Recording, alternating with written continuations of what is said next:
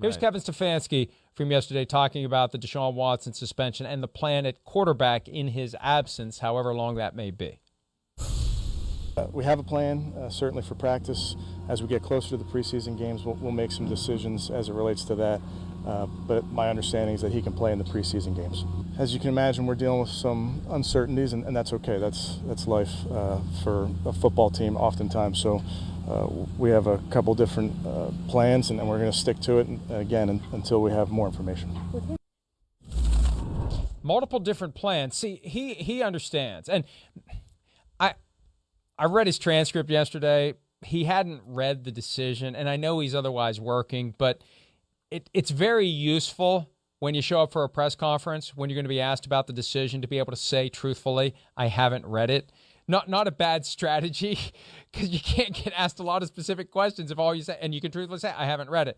But I think he understands there's a chance 6 is going to change, and they're going to need to have a different plan. And that's what yeah, I know they're reportedly not interested in Jimmy Garoppolo, but if he's out for the full season, Chris, I think the analysis changes. It's one thing to have Jacoby Brissett for 6.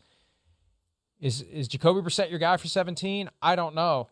And when he says multiple plans, I can't help but think, do they have multiple plans that include acquiring someone else to play quarterback if the worst-case scenario for the Browns happens and they don't have Watson at all this year? Yeah, I hear you. I understand. I mean, it is a, you look at Cleveland, like we've talked about a lot, the roster's phenomenal. I mean, it's one of the better rosters in the game. There's no doubt about that. But I do believe them that they are going to continue to go forward with Jacoby Brissett. Jacoby Brissett is definitely one of the best backups in football. I mean, in the Chris Simms top 40, he was, definitely one of the 3 top names that got left out of there. He's experienced. He's been coached well. Got to play and learn up in New England. Got to play in Indianapolis. Did some good things there. Hurt his knee that year, and that kind of threw him off. But it wasn't bad play. And then, even in the last year in Miami. So he's a guy that understands how to manage the game. He can make a few throws. He can stand in the pocket. You see he's a big, strong guy. And I think Cleveland looks at it and just goes, wait. We got enough confusing things going on in our organization. Let's just stand pat with the guys we got. We got a good team. We might have to play a different style of football to a degree compared to Watson and Brissett. But I feel like even though we say the Garoppolo thing and that seems good, I feel like it's going to cause more problems at the end of the day there for a team that needs to limit its problems and get back on just football and not all these other outside issues. But if you're not going to have Deshaun Watson for the full year, I think that's the changer. That's the changer. The fact where it goes from 6 to 17. Yeah. I hear you. And also, I don't think the Browns want to be in a position where they're hijacked by the 49ers to give up dramatically more than what they got for Baker Mayfield. That's not a good look either. And I think that's one of the reasons why they've been putting out the idea they don't want Jimmy Garoppolo.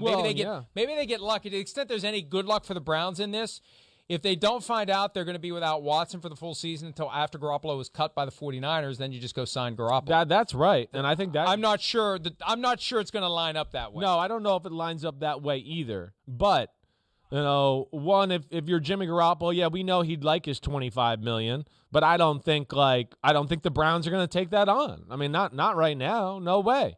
So after that, okay, wait, that's not going to happen.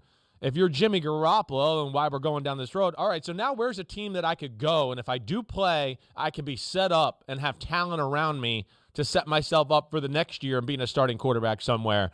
That's where, if he's not traded, for the quarterback, the player, I would think Cleveland's going to be at the top of the list there for those reasons. Go, man, I can get there.